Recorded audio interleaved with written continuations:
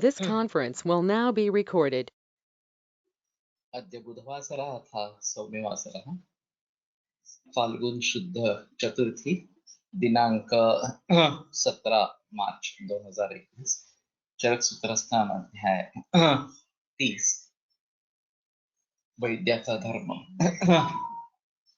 शंखं चक्रं जलौकां दधतमृतघटं चारुदोर्भिश्चतुर्भिः सूक्ष्मस्वच्छातिरुद्यां शुकपरिविलसन् मौलिनं भोजनेत्रं कालाम्भोदोज्ज्वलाङ्गं कटितटविलसच्चारुपीताम्बराढ्यं वन्दे धन्वन्तरिन्दं निखिलगतवनप्रौढदावाग्निलीलम् प्रौढदावाग्निलीलम् ब्रह्मणो हि समारब्धाम् आत्रेयाद्येषु पूरिताम् अस्मदाचार्यपर्यन्तां वन्दे गुरुपरम्पराम् आयुर्वेदरतं वन्दे माधवाख्यं महागुरुम् आयुर्वेदामृतं सर्वं शिष्येभ्यो यः प्रदत्तवान् द्रष्टा ज्ञानी दृष्टकर्मा कृतकर्मा तथैव च अध्यापको विश्वश्रेष्ठो महान् संशोधकस्तथा गुणैरेतैः समुदितैः यत्कार्यं प्रथमोदितः समृद्ध्यर्थं हि कार्यस्य वयं न प्रयतामहे सरस्वत्यै नमो यस्याः प्रसादात् पुण्यकर्मभिः बुद्धिदर्पणसङ्क्रान्तं जगदध्यक्षमीक्षते आत्रेयं प्रथमं वन्दे आयुर्वेदजगद्गुरुम् आयुर्वेदामृतं सर्वं गृहीत्वा हि सुरेश्वरात् अग्निवेशादिकेभ्यो यः परेच्छत्मुनि सत्तमः प्रथमं तन्त्रकर्तारम् अग्निवेशं नमाम्यहम्।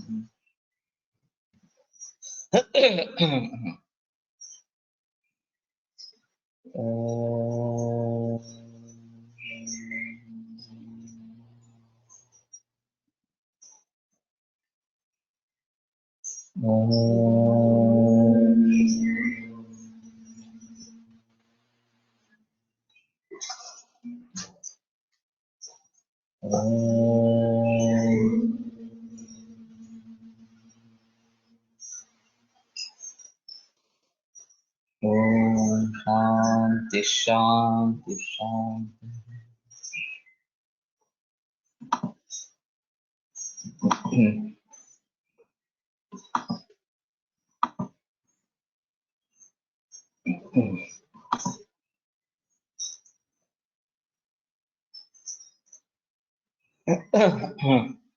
तत्र यद् अध्यात्मविदां धर्मपथस्थानां धर्मप्रकाशकानां वा मातृपितृभ्रातृबन्धुगुरुजनस्य वा विकारप्रशमने प्रयत्नवान् भवति यच्च आयुर्वेदोक्तम् अध्यात्मम् अनुध्यायति वेदयते अनुविधीयते वा सोऽस्य परो धर्मः। तो उसका परम धर्म इस प्रकार का क्या है? तो ये जो भी आयुर्वेद सीखने वाले हैं इन सभी का ये परम धर्म इस प्रकार का बताया गया है। तो आयुर्वेद में जो बताया गया अध्यात्म है उसका अध्ययन करने वाला, उसका ध्यान करने वाला, उसको दूसरों को समझाने वाला और उसका पालन खुद करने वाला और दूसरों से करवाने वाला, सोस्य परो धर्म, ये उसका सबसे श्रेष्ठ धर्म है। या पुनः ईश्वराणां वसवतां वा सकाशात् सुखोपहार निमित्ता भवति अर्थावाप्ति आरक्षणं च या च स्वपरिगृहीतानां प्राणिनां आतुर्यात् आरक्षा सोस्य अर्थः। तो उसका अर्थ क्या है?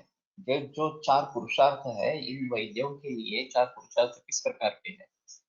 ईश्वराणां वसमतां वा ईश्वर का मतलब यहाँ पे राजा इस प्रकार का होगा और वसुमान जो धनवान इस प्रकार के व्यक्ति है उनसे सकाशात सुखोपहार निमित्ता, सुख के कारण उपहार निमित्त इस प्रकार के भेंट वस्तु की तरफ से भगवती अर्थावाप्ति उसको संपत्ति प्राप्त होती है, आरक्षण और संरक्षण भी उनसे मिलता है। या च स्वपरिगृहीतानां प्राणिनां आतुर्यात् आरक्षण, और जो स्वपरिगृहित इस प्रकार के प्राणी मात्र है उनकी आतुर्य से आरक्षा, उनको उनका संरक्षण रोग से। सो अस्य अर्थ, तो उसका वो अर्थ इस प्रकार का। तो कहने का मतलब ये रहेगा कि राजा या वसुमान, जो श्रीमान इस प्रकार के व्यक्ति है, उनसे ही अर्थ लाभ होना उचित इस प्रकार का है। और सुखोपहार निमित्त, वो भी जो है वो भी भेंट स्वरूप में है, उनको सुख प्राप्त हुआ इसलिए उन्होंने ये इस प्रकार का धन दिया है, वही उसकी अर्थ अवाप्ति इस प्रकार की है, अवाप्ति है। और स्वपरिगृहित ऐसा क्यों बताया, ये बताना थोड़ा मुश्किल रहेगा। इस प्रकार के जो प्राणी मात्र उनके रोग से रक्षा, स्वस्य अर्थ यत् पुनः अस्य विद्वद्ग्रहण यशशरणत्वञ्च या च सम्मान शुश्रूषा यच्च इष्टानां विषयाणाम् आरोग्यम् आधत्ते स्वस्य कामः। विद्वद्ग्रहण यशशरणत्वञ्च,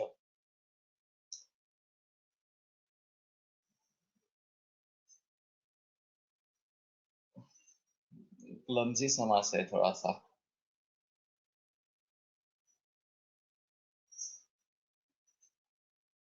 सो विद्वानों द्वारा गृहीत इस प्रकार का जो यश है, तो उस यश की प्राप्ति करना और शरण्यत्व, उसके शरण में इस प्रकार से जाना। तो विद्वत्ता के कारण जिसके पास यश प्राप्त हुआ है, ऐसा यश प्राप्त होना और उसका शरण्य होना, या तो सम्मान शुश्रूषा सम्मान और शुश्रूषा। शुश्रूषा का वास्तव में मतलब है श्रोतुम इच्छा शुश्रूषा इस प्रकार से। तो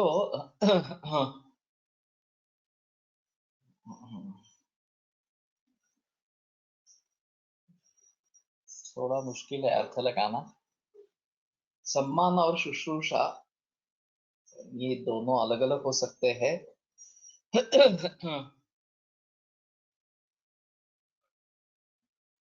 एक बार टीका देखते हैं। यच्चेष्टानां विषयाणाम् आरोग्यम आदत्ते सोस्य कामः। और इष्ट विषय के बारे में आरोग्य धारण करना, यह उसका काम इस प्रकार का है। इथे यथा प्रश्न मुक्तम अशेषे, यथा प्रश्न, प्रश्न कहाँ पे पूछा था? आरक्षार्थं राजन्यैः इति क्षत्रियस्य परं परिपालनो धर्मत्वात् अनुध्यायति मनसा चिन्तयति वेदयति अर्थस्य प्रतिपादयति अनुविधीयति तदनुगुणं देहेन अनुतिष्ठति। आरक्षणम् आत्मादिरक्षणं स्वपरिगृहीतानामिति भृत्यादीनां विद्वद्ग्रहणम् एव यशः। विद्वदुपादेयतया उपादेयताजन्यं यशः इत्यर्थः। इष्टानाम् इति वदितादीनां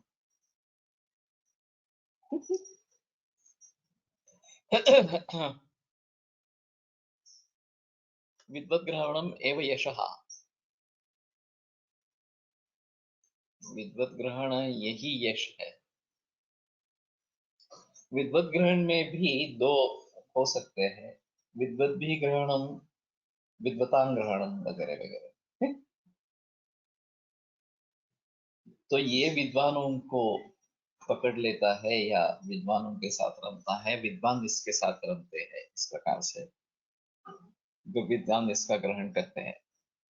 कोल्हटकर सर के बारे में एक खासियत थी, उनके जो भी बुजुर्ग वैद्य थे उन सभी के वो एक प्रशंसा पात्र छात्र, सभी विभिन्न प्रवाहों से थे, चाहे बागेवाड़ीकर हो, वेणुगोपाल शास्त्री जोशी हो, फटसलकर हो, या अन्ना करमरकर हो, या और कोई हो, मस्कर हो, महेशकर हो बड़ौदा से। लेकिन उन सभी के लिए ये एक अच्छे छात्र और जिसके बारे में रुचि हो इस प्रकार के छात्र रहे हैं। तो विद्वद्भी ग्रहण ये एक अहम मुद्दा यहाँ पे हो सकता है। विद्वत ग्रहण यशा 3 नंबर में क्या है एक बार देखते हैं।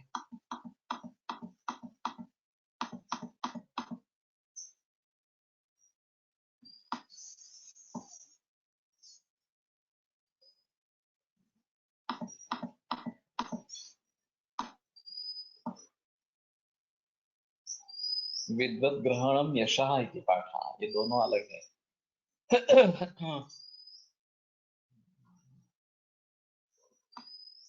तो वैद्य के लिए धर्म अर्थ काम ये क्या है, इसमें बताने की कोशिश की है। और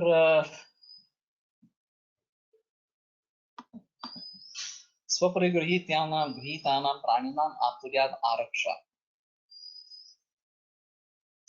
थोड़ा ही व्यापक ही है ज्यादा।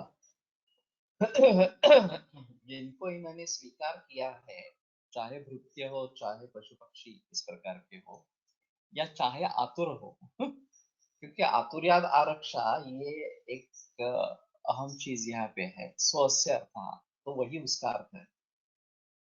तो इसका ये मतलब स्पष्ट है कि पैसा कमाने के लिए उपजीविका नहीं करनी है, ये एक अहम मुद्दा है। चिकित्सा नास्ति निष्फला, ये त्रिकालाबाधित सत्य इस प्रकार का है।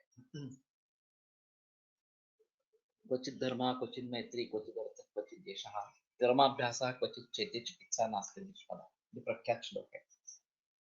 तो कभी हमारा धर्म है इस प्रकार के समझ कर, ये हमारे लिए पुण्य की बात है।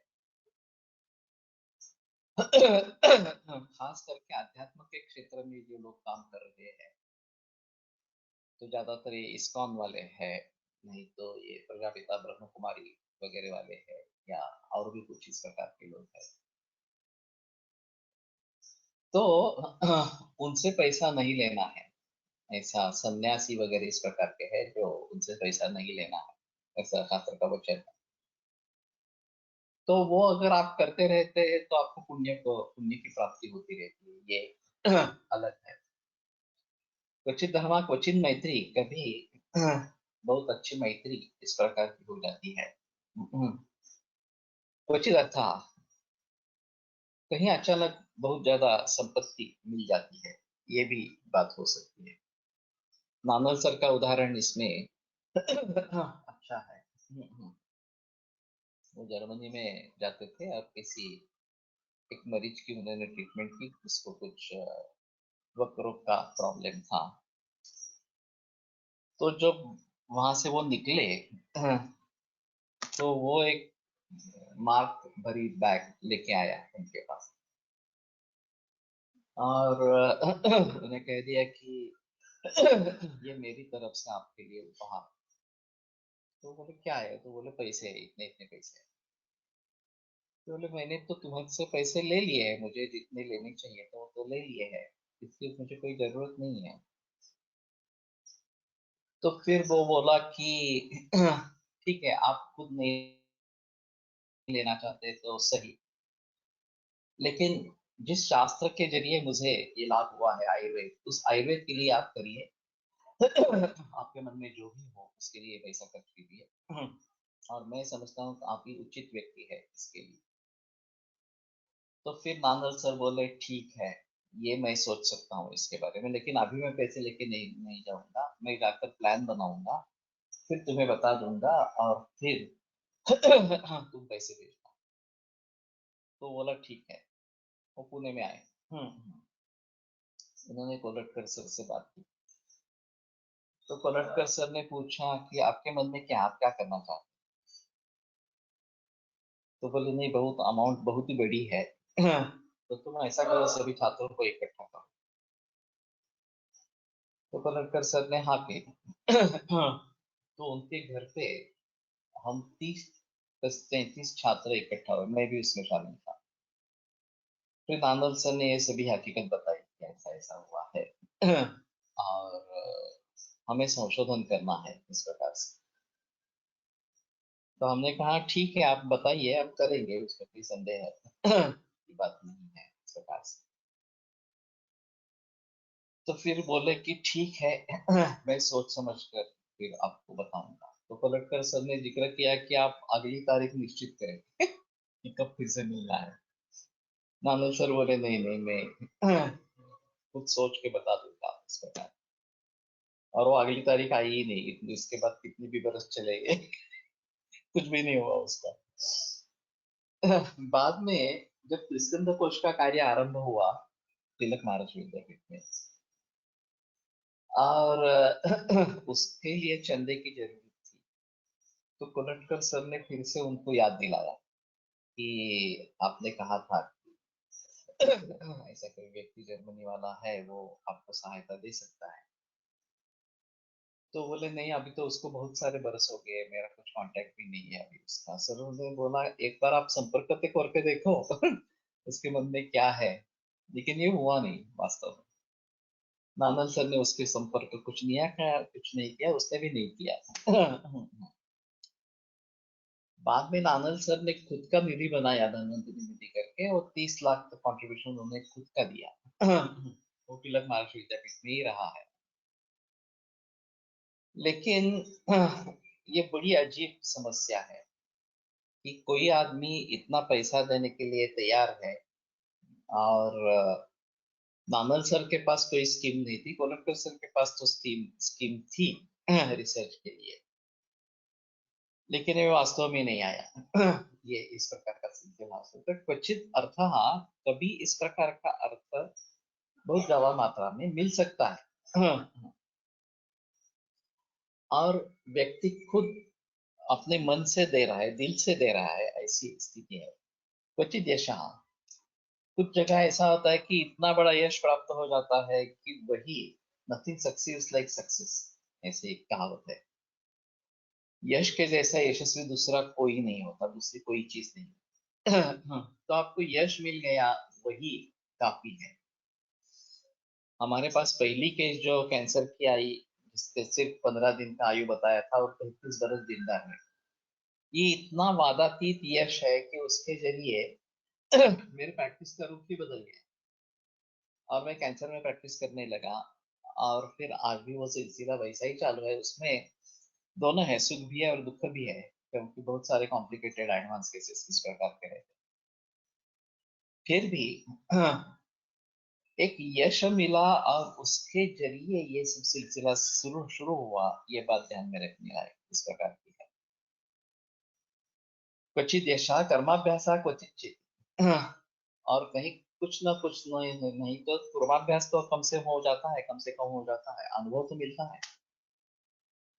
गानू सर कहा करते थे कि रोगी रोग को प्राप्त करता है अपने प्राक्तन से, उससे ठीक भी होता है वो भी अपने प्राक्तन से।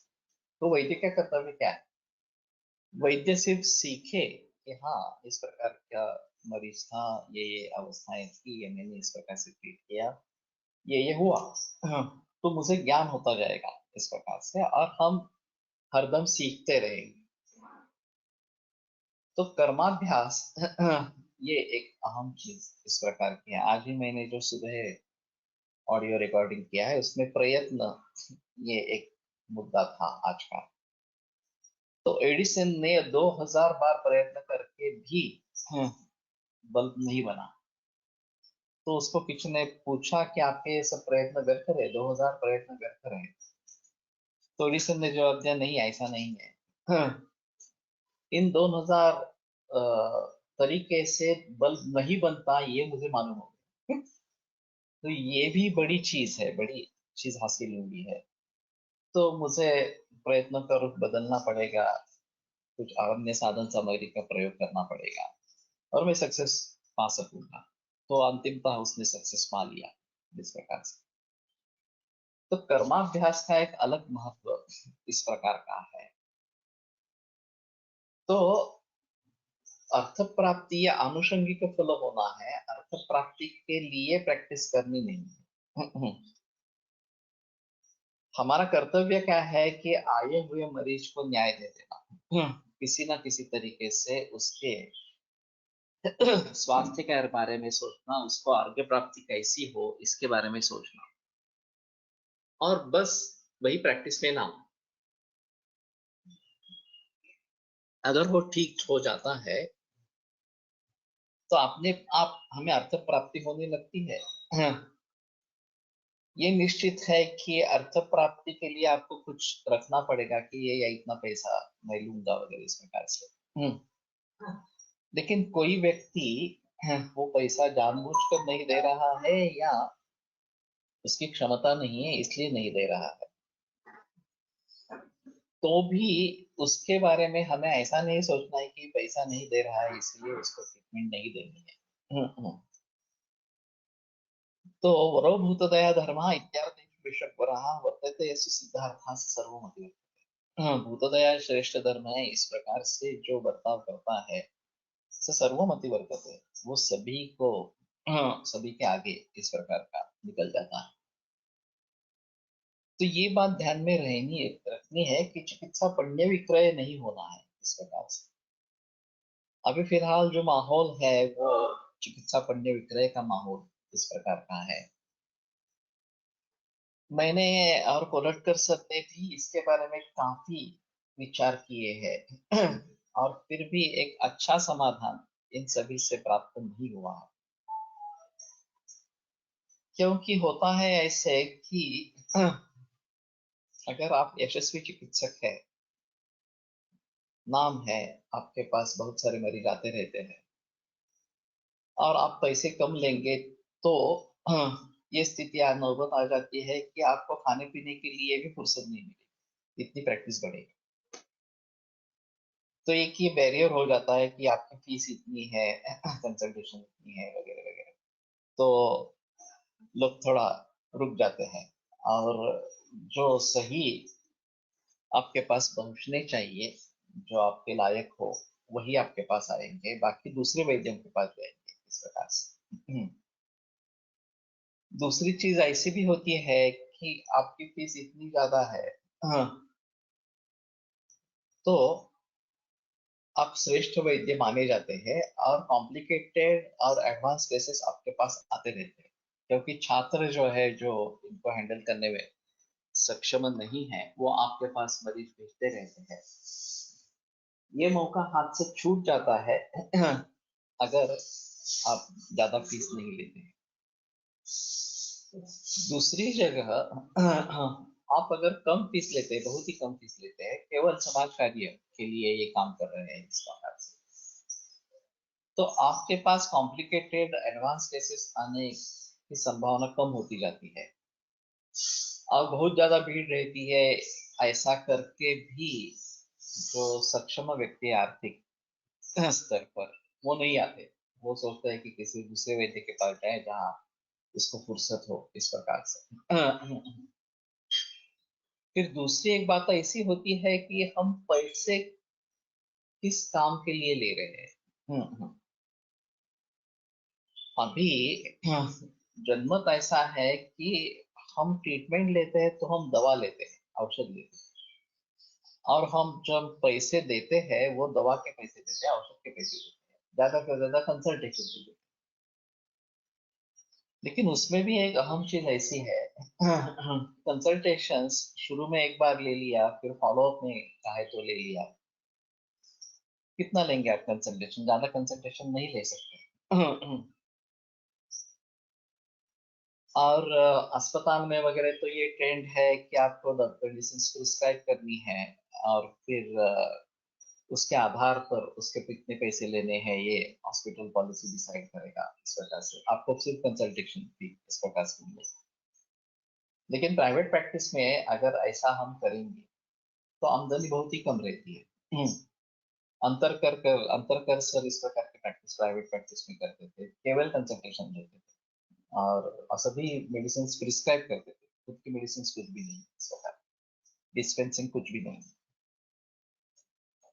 दूसरी तरफ बहुत सारे वैद्य डिस्पेंसिंग करते रहते हैं, मैं भी करता रहता हूँ और उसका कुछ मूल्य निर्धारित कर देते हैं कि हर दिन का इतना इतना चार्ज लेना है, 50 रुपए से लेकर 200, 250, 300 इस प्रकार का चार्ज ले जा सकता है, उससे भी ज्यादा लेने वाले लोग हैं।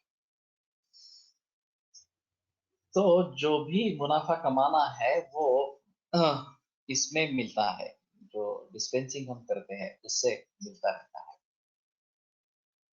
अब लोग समझते हैं कि एक दिन के मेडिसिन के मानो 200 रुपए है, और 4 पुड़िया हमने दिए तो एक पुड़ी 50 रुपए की होगी, ऐसा लोग मानते हैं। और फिर मेरी सुबह शाम की दवा मेरे पास शेष है, वो दे मत देना, सिर्फ आपातकाल की पुड़िया है वो दे देना।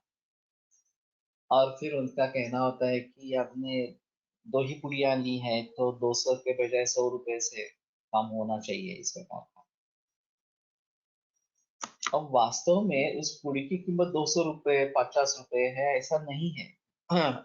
ये हमारे सोच की ही कीमत है। लेकिन आप अगर उनसे बहस करेंगे तो वो मानेंगे नहीं। वो बोलते हैं नहीं नहीं, 200 रुपए तुम्हारे 4 पुड़ियों के होते थे, अभी 2 ही ले रहा हूँ तो मुझे 100 रुपए में ही दे दो सरकार। तो शुरू में मैंने एक बहस की थी कि ये ऐसा नहीं है करके, लेकिन बाद में मैंने छोड़ दिया, ठीक है आपको 100 रुपए देना है, 100 रुपए दे दो, यहाँ पे खत्म हो जाएगा इस प्रकार से। तो लोग क्या समझते हैं ये अलग बात है। वास्तव में ऐसा होता है कि वन औषधियों की कीमत हर बरस बढ़ती जाती है, ये लोगों को भी पता है। तो हर बरस थोड़ा थोड़ा थोड़ा करके मेडिसिन की दवा बढ़ाते जाते हैं। मैंने भी वैसा ही जिक्र किया था।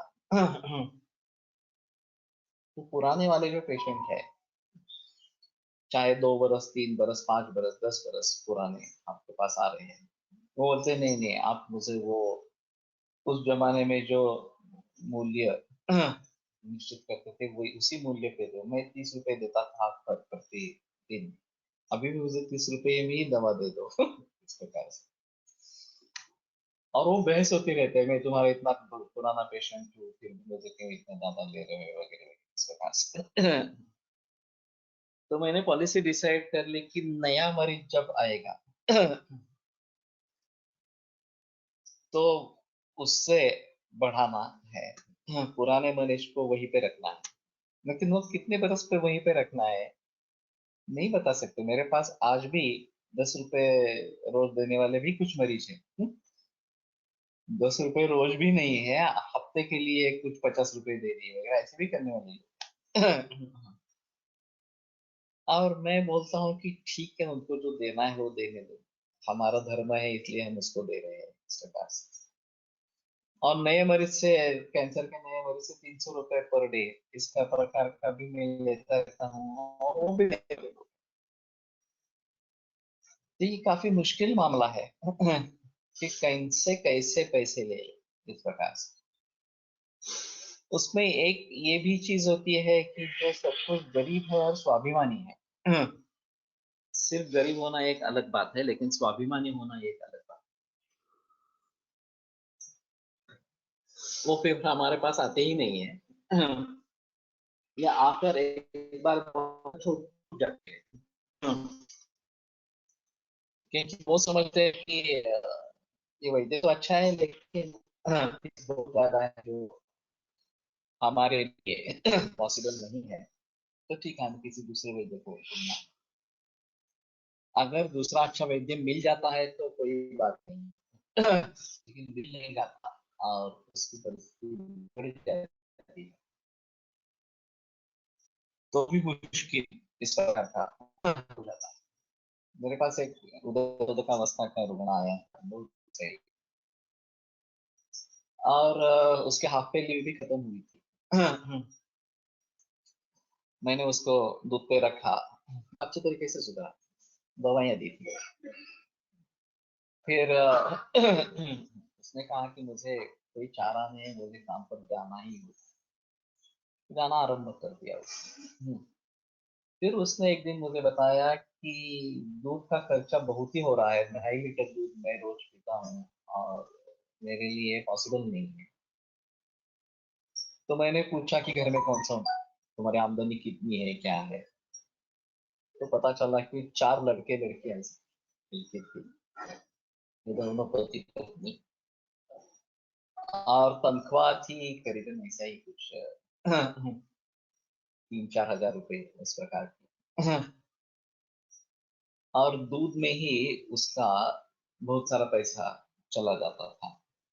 उसने प्रोविडेंट फंड भी उठाया था, वो भी उसके पास नहीं था। अब कर्जा उठा के ट्रीटमेंट करनी है, इस प्रकार की।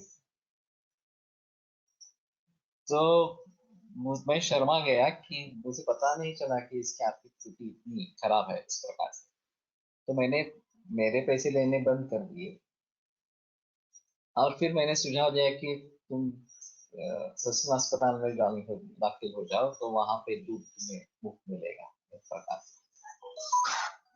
लेकिन ये मेरी बड़ी भूल हुई, क्योंकि मैंने अहमदाबाद में देखा था कि गवर्नमेंट अस्पताल में जितना दूध पी सकता है उतना दूध देते थे, बगैर किसी हिचकिचाहट। और मैंने वहां देखा तो 2-2.5 लीटर तक दूध दूध देते थे लोगों को, और प्रामाणिकता से उनको देते रहते थे दूध। ससुन अस्पताल में केवल दुग्धाहार का मतलब 600 लीटर मिलीलीटर दूध, इतना ही था। ये बड़ी अजीब बात थी। 600 लीटर, 600 मिलीलीटर दूध से किसकी भूख मिटने वाली है? और जो आदमी खुद 2.5 लीटर दूध ले रहा है, उसके लिए ये तो काफी मुश्किल होगा।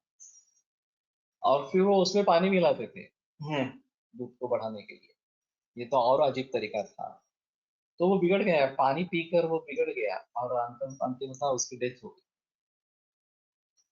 तो ये मेरे लिए बड़ा सदमा था, कि मैंने देखा नहीं, सोचा नहीं इस सभी के बारे में, पूरी जानकारी ली नहीं इस प्रकार से।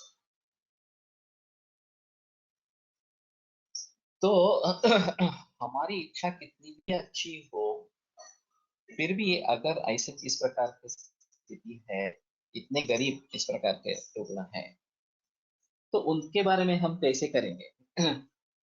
अगर वो हमको छोड़कर चले जाते हैं किसी दूसरे वैद्य के पास तो अलग बात है, लेकिन हमारी दवा ले रहे हैं और परहेज का भी खर्चा नहीं उठा पा रहे,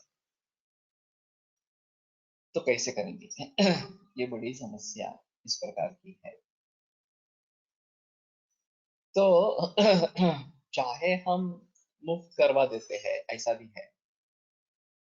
मेरे पास ऐसे भी कुछ मरीज है, कैंसर के लिए एडवांस केसेस है, जिनको मैं मुफ्त ट्रीटमेंट देते आ रहा हूँ, बहुत वर्षों से देते आ रहा हूँ, इस प्रकार से बता रहा हूँ।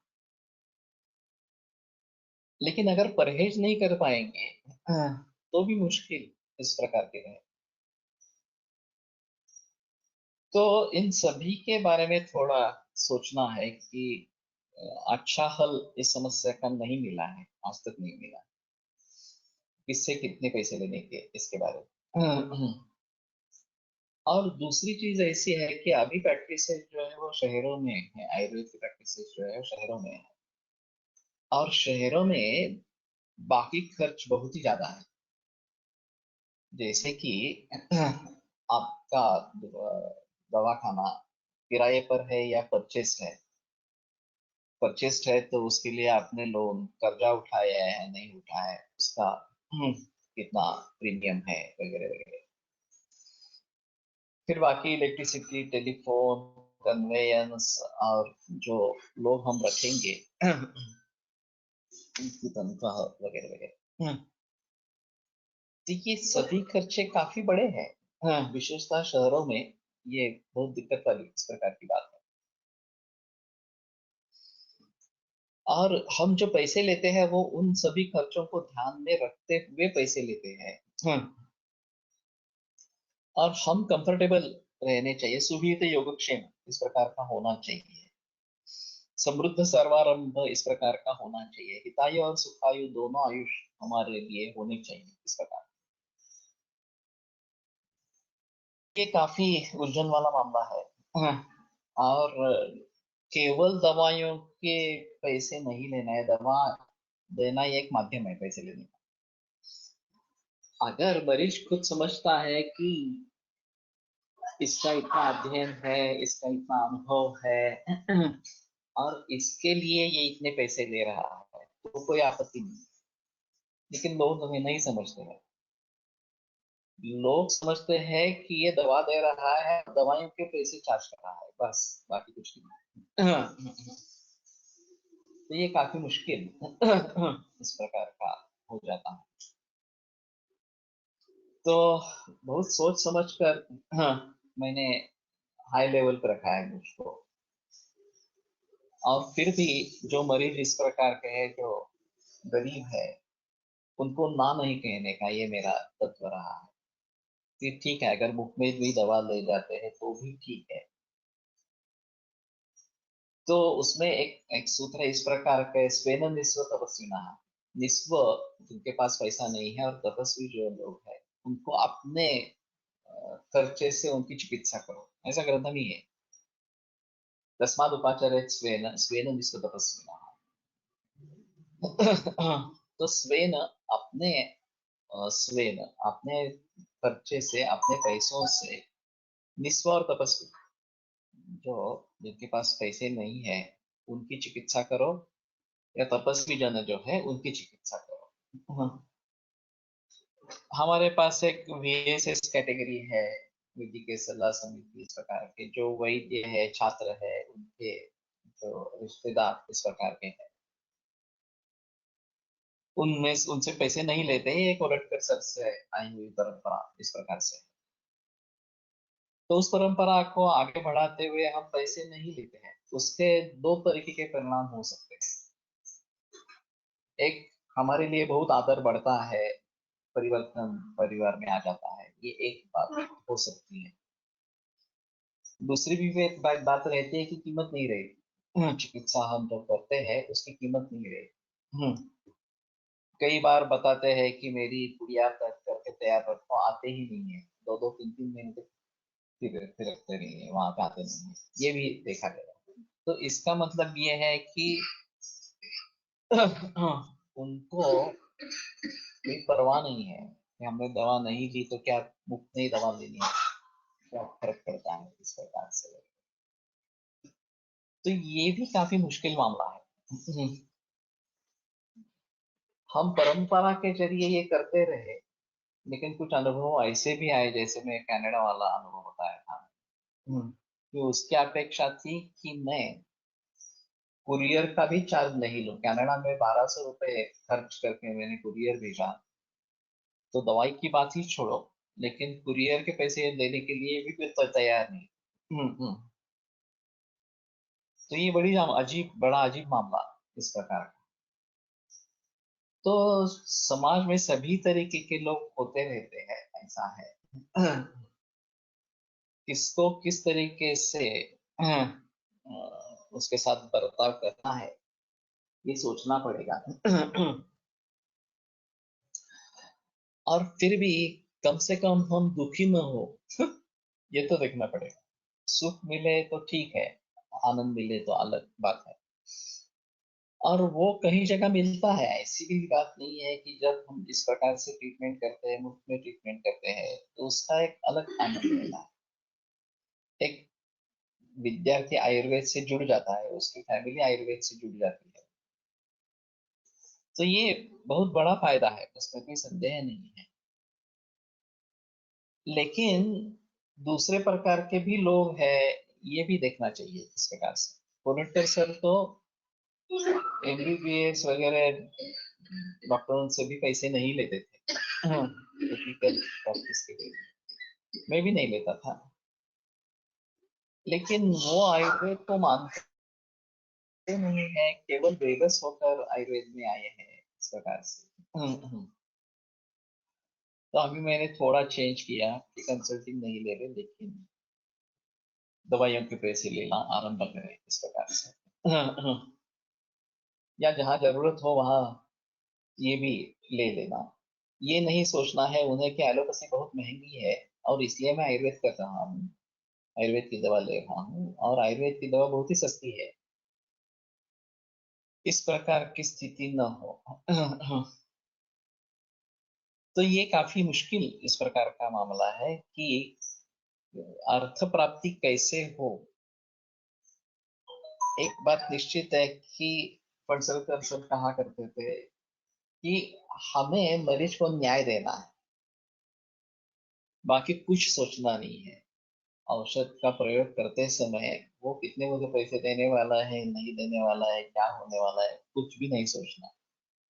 इस मरीज को ठीक करना मेरा कर्तव्य है, और वो कर्तव्य में भलीभांति निभाऊं। पैसे मिले अच्छा है, नहीं मिले तो भी अच्छा है, इस प्रकार से अगर समझेंगे तो कम से कम दुख नहीं होगा। नहीं तो क्या होता है कि हमें दुख होता रहता है, हमने इतना सारा उसके लिए किया और उसको उसकी कुछ परवाह नहीं है, ये अपने ही तरीके से चल रहा है वगैरह वगैरह इस प्रकार से। तो ये बात ध्यान में रहनी बहुत जरूरी है। और कई बार ऐसा भी हुआ है, लोग मेडिसिन लेके गए हैं और 2 ही दिन में वापस आया है, मुझे मेडिसिन नहीं लेनी है, आप दवाई आप वापस ले लो और मुझे पैसे कर वापस कर। तो मैंने कहा ऐसा तो हम मेडिसिन मेरे लिए कुछ काम की नहीं है, तुम मेडिसिन ले लो। तो बोलते हैं नहीं नहीं ये मुझे लेनी ही नहीं है इस प्रकार से। तो फिर काफी बहस होने के बाद मैंने बताया कि ठीक है मैं आपके पैसे वापस दे देता हूँ, मुझे पैसे मत देता, लेकिन ये मेडिसिन व्यर्थ जाएगी, तो मेडिसिन तो करो कम से कम। काफी मुश्किल मामला होता है। ये चंद अनुभव है, छोटे ही है लेकिन है, इस प्रकार का अनुभव भी है। तो ये अभी जो ग्राहक विक्रेता संबंध बन गया है डॉक्टर और पेशेंट, उसके पीछे कमर्शियलाइजेशन है। ये अभी विद्या का विक्रय हो रहा है और हम डिग्री खरीदते हैं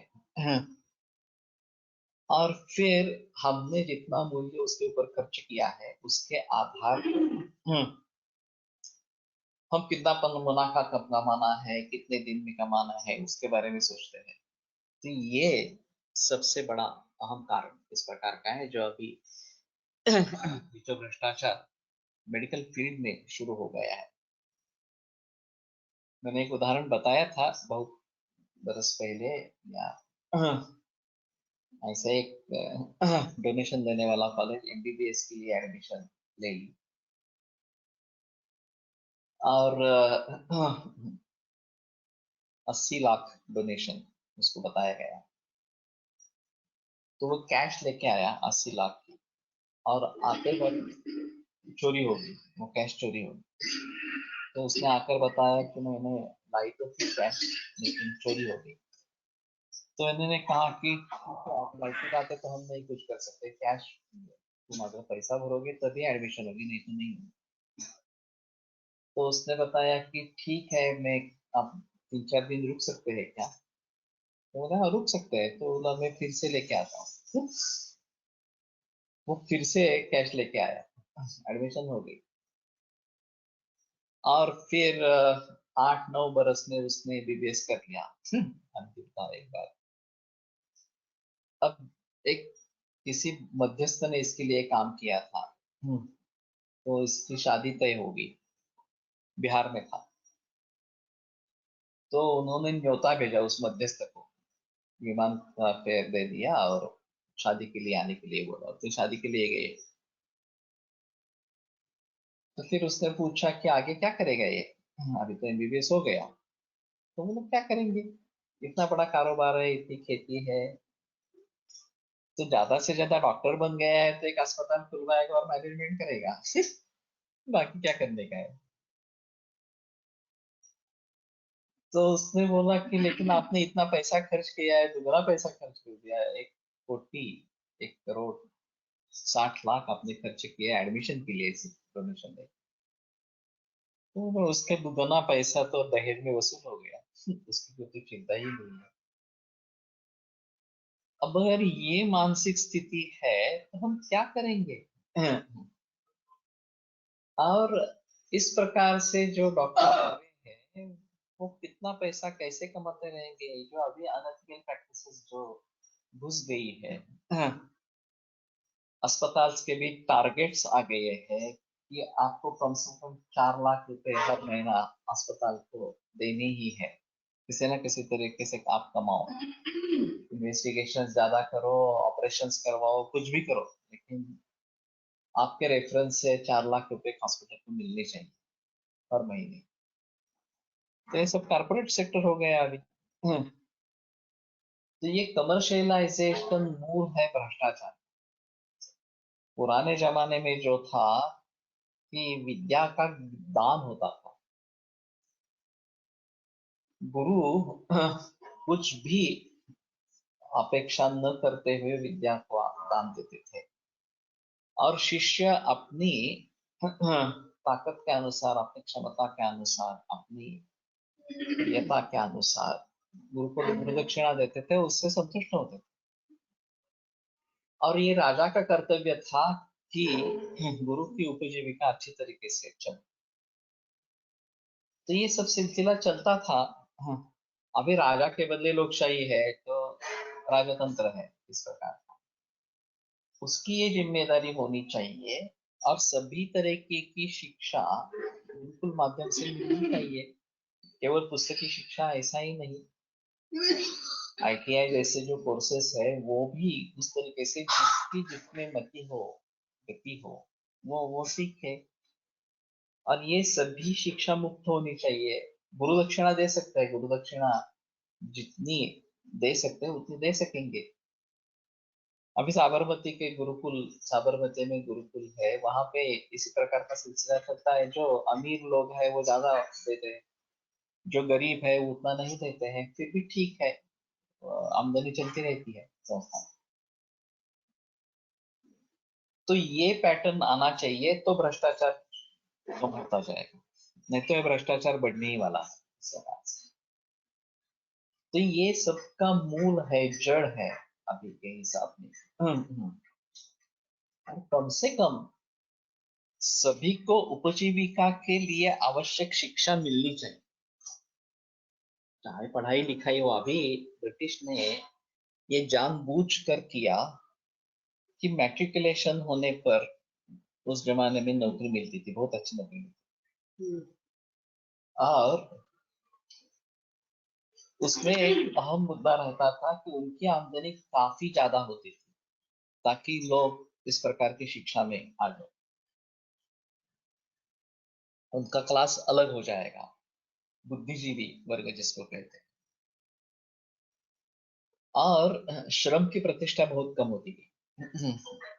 जो लोग प्रामाणिकता से जी रहे हैं, उतना नहीं कमा रहे हैं, फिर भी समाज में उनका स्थान अच्छा था, वो नीचे आ गए इस प्रकार से। और ये ब्रिटिश ने जानबूझकर भेद, डिवाइड एंड रूल, ये जो उनकी नीति थी उसके आधार पर किया था, और वो सफल रहे इस प्रकार। तो प्रतिष्ठा जो है वो आचरण के ऊपर होनी चाहिए। आचरण अच्छा है वो सबसे सब प्रतिष्ठित होना चाहिए, लेकिन ये बात नहीं रही। तो हमें इन सभी के बारे में सोचना है। अगर समाज में पूरा परिवर्तन लाना है तो हमारे जो भेदभाव है उनको मिटाना चाहिए। उच्च नीचता, जाति या आर्थिक स्तर, इसके आधार पर जो भेदभाव है, या बुद्धिजीवी और श्रमजीवी, इसमें जो भेदभाव है वो नष्ट होना चाहिए इस प्रकार से। और प्रामाणिक व्यक्ति जो है वो सबसे पूजनीय होनी चाहिए इस प्रकार से। जिसका आचरण अच्छा है वो सबसे पूजनीय होनी चाहिए। लेकिन अभी तो ये सपने जैसा है। और इस प्रकार के प्रयास हुए हैं, ऐसा नहीं है प्रयास नहीं हुए, लेकिन वो बहुत ही कम है। और बड़े पैमाने पर समाज इसके लिए एग्री नहीं है। जो अपने को श्रेष्ठ मानता है वो श्रेष्ठत्व को बनाए रखना चाहता है, दूसरा व्यक्ति कनिष्ठ ही रहे हमेशा, इसके बारे में सोचता रहता है। तो शिक्षा सभी के लिए समान होनी चाहिए और मुफ्त उपलब्ध होनी चाहिए, केवल गुरु दक्षिणा के आधार पर शिक्षा मिलनी चाहिए। फिर आगे उस व्यक्ति की जो क्षमता है, उसमें जो ज्ञान पाया है, जो अनुभव पाया है, उसके आधार पर उसकी उपजीविका बनेगी। और चाहे वो गरीब भी रहे तो भी उसको प्रतिष्ठा होनी चाहिए। तो एक अगला मुद्दा मेरा एक वो प्रतिष्ठा इस प्रकार का है। उस श्रृंखला में। तो इसके बारे में मैं बोलूंगा बाद में, सुबह एक ऑडियो रिकॉर्डिंग्स में। लेकिन अर्थ के प्राप्त के बारे में ये इस प्रकार का सोचना बहुत जरूरी है। और अभी ऐसा है कि आपका इंटीरियर अच्छा हो तो आप अच्छे वैद्य है। इंटीरियर अगर अच्छा नहीं है तो लोग आते नहीं है आपके पास। मैंने जब जब इंटीरियर डेकोरेशन करवाया है, सुधार करवाया है, तब तक प्रैक्टिस बढ़ी है। तो लोग क्या चाहते हैं ये भी देखना बहुत जरूरी इस प्रकार का होगा। आप बहुत ही बड़े अच्छे वैद्य हो लेकिन आपका माहौल अच्छा नहीं है क्लिनिक का, तो लोग आना नहीं चाहते आपके पास। तो इन सभी बातों को ध्यान में रखते हुए स्वर्ण मध्य कैसे करना, ये बहुत मुश्किल इस प्रकार की स्थिति है। तो मैं भी इससे झगड़ रहा हूँ, बहुत वर्षों से कोशिश कर रहा हूँ इसके बारे में। तुम भी इसके बारे में थोड़ा सोचो और किस तरीके से हम आगे बढ़ेंगे इसके बारे में थोड़ा विचार करो। तथा भिषक आदिता है वो भिषजा प्रष्टव्य अष्टविधम भवति। तंत्रम तंत्रार्थान स्थानम स्थानार्थान अध्यायम अध्यायार्थान प्रश्नम प्रश्नार्थांश्चेत् पृष्ठेन च एतद् वक्तव्यम् अशेषेण वाक्यशः वाक्यार्थशः वार्थावयवश्च। भिषक आदिता है वो भिषजा प्रष्टव्य। तो एक वैद्य को दूसरे वैद्य के द्वारा पूछे जाने वाले प्रश्न जो है वो अष्टविध इस प्रकार के हैं। 8 प्रकार के प्रश्न हैं। कौन कौन से तंत्र, किस तंत्र को तंत्र का तुमने अध्ययन किया है? चरक पढ़ा है, सुश्रुत पढ़ा है, वाक्य पढ़ा है, सारंगर पढ़ा है, क्या पढ़ा है इस प्रकार से? तंत्रार्थान, उस तंत्र का अर्थ क्या है, उसमें अर्थ क्या क्या बताए गए हैं। स्थानम, कौन कौन से स्थान पड़े हैं, किनके कितने स्थान है। स्थानार्थान, स्थान का अर्थ क्या है, स्थान में क्या क्या है। अध्यायम अध्यायार्थान, उसमें कौन से अध्याय है, अध्यायार्थ क्या है। प्रश्न प्रश्नार्थांश, और प्रश्न क्या है और प्रश्न का अर्थ क्या है। पृष्ठेन च एतद् वक्तव्यम अशेषेण, और जिसको पूछा गया है तो ये सभी बातें जो है वो अशेषेण, कुछ भी पीछे न छोड़ के हुए। वाक्यशः वाक्यार्थशः अर्थावयवश्च इति। वाक्यशः वाक्यार्थशः अर्थावयवश्च, इस प्रकार की बताना है। अभी ये क्राइटेरिया डीएमएस कोर्स में लागू करेंगे तो क्या स्थिति होगी हमारी। एक अध्यापक दूसरे अध्यापक से भी पूछेगा कि तुमने कितने तंत्र पढ़े हैं, कौन सा तंत्र पढ़ा है, एक तंत्र पढ़ा है, अनेक तंत्र पढ़े। ना कि पूछने वाला हाँ, तंत्र पढ़ित इस प्रकार का है, तंत्र जिसने पढ़ ली है ऐसा है। ना कि जिसको पूछा गया है उसने भी तंत्र नहीं पढ़े। फिर तंत्रार्थ की तो बात ही अलग है, वो तो कहीं है ही नहीं, इस पिक्चर में ही नहीं है कि तंत्रार्थ क्या है इस प्रकार का। और फिर स्थान और स्थानार्थ, फिर अध्याय अध्याय अर्थ, प्रश्न प्रश्नार्थ वगैरह वगैरह, इनके बारे में तो बताना मुश्किल ही है। तो this is very expensive in the city. If many Vaidya come together and practice, it will be beneficial to both patient and doctor. ये इस प्रकार के चल रहे हैं। पॉलिक्लिनिक की जो कंसेप्ट है वो पुणे में भी है, मुंबई में है, सभी जगह पॉलिक्लिनिक है। तो किसी को एक को इन्वेस्टमेंट करनी पड़ती है और बाकी लोग फायदा उठा सकते हैं, कॉमन फैसिलिटीज रहती है। तो ये तो ठीक है, ये अभी इस प्रकार से कर सकते हैं, ऐसा है थोड़ा सा। अपनी अपनी क्षमता के अनुसार ये सब करते रहे, ये एक अहम चीज इसमें है। और जैसे जैसे क्षमता बढ़ती है तो लोग सोच सकते हैं कि मैं अस्पताल खुलवाऊंगा, आयुर्वेद इंडोर करूंगा वगैरह, इस प्रकार से करते भी है। अभी का माहौल थोड़ा थोड़ा उसके लिए अनुकूल इस प्रकार का हो रहा है। लेकिन वैसे देखा जाए तो ये ज्यादा मुश्किल है शहरों में इस प्रकार से प्रैक्टिस करना। तो ये बात हो सकती है नए वैद्यों के लिए, ये अच्छी बात हो सकती है। एक बार उनका क्लाइंटेल बन जाए, उनके पास आने वाले मरीज निश्चित हो जाए, तो वो अगर किसी दूसरे क्लिनिक में खुलवाता है तो वहां पे मरीज आ जाते हैं, ऐसा है। मैंने भी शुरुआत की थी वो पॉलिक्लिनिक में की थी, आपका बड़ा चौक में एक पॉलिक्लिनिक था। 6:30 से 8 बजे तक मुझे प्राइम टाइम मिला था उस समय। 3 बरस मैंने पॉलिक्लिनिक में काम किया और वहीं पे कैंसर की पहली केस है।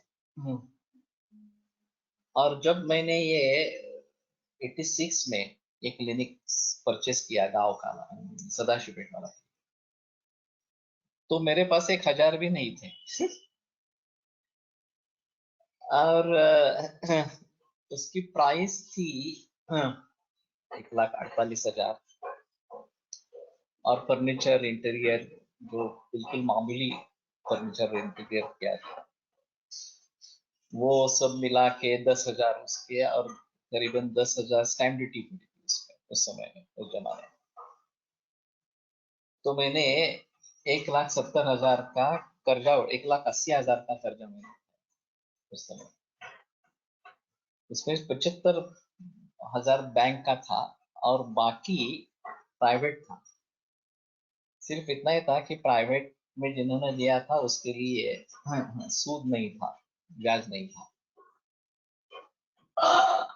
तो मुझे बड़ा टेंशन आ गया कि मैं इतना बड़ा कदम उठा रहा हूँ और मैं सक्सेसफुल नहीं हुआ तो क्या होगा इस प्रकार से। लेकिन कोलटकर सर को मेरे बारे में ज्यादा विश्वास था। वो बोले नहीं नहीं तुम करो, होगा, ऐसा कोई यही नहीं है, तुम अच्छी प्रैक्टिस करो। और वैसा हुआ। मैंने 3 साढ़े 3 बरस में ही सभी कर्जा चुका दिया। 5 बरस में फिर चुकाना था बैंक का भी कर्जा, वो भी मैंने पहले प्राइवेट लोन सब चुका दिया और फिर बैंक का थोड़ा इंस्टॉलमेंट बढ़ा के वो भी पूरा कर दिया। तो ये बात हो सकती है कि आपका यश कैसा हो और उसके आधार पर आप किस प्रकार से तरक्की कर सकते हो, ये एक अहम चीज इस प्रकार के होते हैं। उस समय जमाने में, उस समय में ये काफी मुश्किल बात लग सकती है कि इतना पैसा हम कैसे पा सकेंगे वगैरह वगैरह। लेकिन होता भी है, ऐसा भी नहीं है कि अगर हम नहीं करेंगे कुछ भी तो कुछ नहीं होगा, ये तो सही है। हाँ, तो हमें सोच समझ कर इस प्रकार के कदम उठाने हैं। और साहस है श्री है प्रतिवसत। साहस सहसा विदुषी न न तृतीयाम, ये भी दूसरा है कि बिना सोच समझ के कुछ मत करो, सोच समझ कर ही कुछ करो। तो कैलकुलेटेड रिस्क रहती है। और ठीक है, जब उसमें से समाधान प्राप्त हो जाता है तो कोई दिक्कत वाली बात इस प्रकार की नहीं है। तो इस प्रकार से सोचना है, नई प्रैक्टिस शुरू करनी है, कैसी करनी है, कहाँ पे करनी है, ये सभी सवाल उठते हैं। और मैं कहता हूँ जिस गुरु के पास आप पढ़े हो उसकी सलाह जरूर लेना, क्योंकि वो अनुभव सिद्ध होते हैं, उनको मालूम होता है कि किस प्रकार से आगे बढ़ना है। कई जगह मैंने ऐसा देखा है कि ये कुछ पूछते भी नहीं है गुरु का और निर्णय लेते हैं और फिर बाद में पछताने की बात आती है। तो ये बात नहीं होनी है वास्तव में इस प्रकार से। तो ठीक है, ये तंत्र तंत्रार्थ स्थान स्थानार्थ वगैरह वगैरह जो है ये बताना है। और अशेषेण पूरी तरीके से बताना है, वाक्यशः वाक्यार्थशः अर्थावयवश्च, अर्थावयवशः च।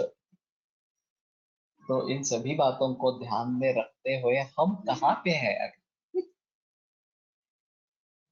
तंत्र की बात, एक तंत्र भी हमने पढ़ा है क्या पूरी तरीके से, ये सोचना बहुत जरूरी है। हाँ, और ये जो कमी है हमारे में, वो कैसे हम इसकी पूर्ति करेंगे, उसके बारे में सोचना है। अभी हम जो प्रयास कर रहे हैं वो उसी तरीके का प्रयास है। लेकिन ये सभी वैद्यों को करना है और कोई इसमें अभी दिलचस्पी इस प्रकार की नहीं ले रहा। ठीक है, ये फिर रुकते हैं, कल माधव निदान को लेकर आगे बढ़े। आयुर्वेद प्रकांडो निगदित इह हि शल्यतंत्र प्रधानः शिष्येभ्यः शाश्वतोऽयं निखिलजनकृपा व्याप्तचित्तेन येन आयुर्वेदस्य वाञ्छन् पुनरपि भुवने ताञ्च सुष्ठु प्रतिष्ठां श्रेष्ठं धन्वन्तरिं तं प्रणमति च सदा वैद्यवर्गो हि नूनं वैद्यवर्गो हि नूनम्।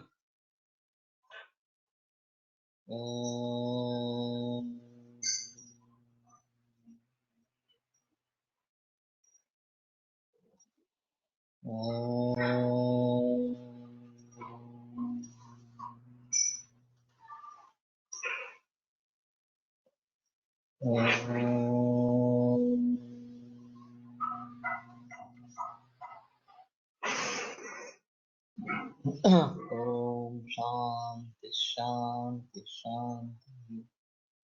विरम्यते व्याख्यानव्यापारः श्वः पुनरपि मिलिष्यामः।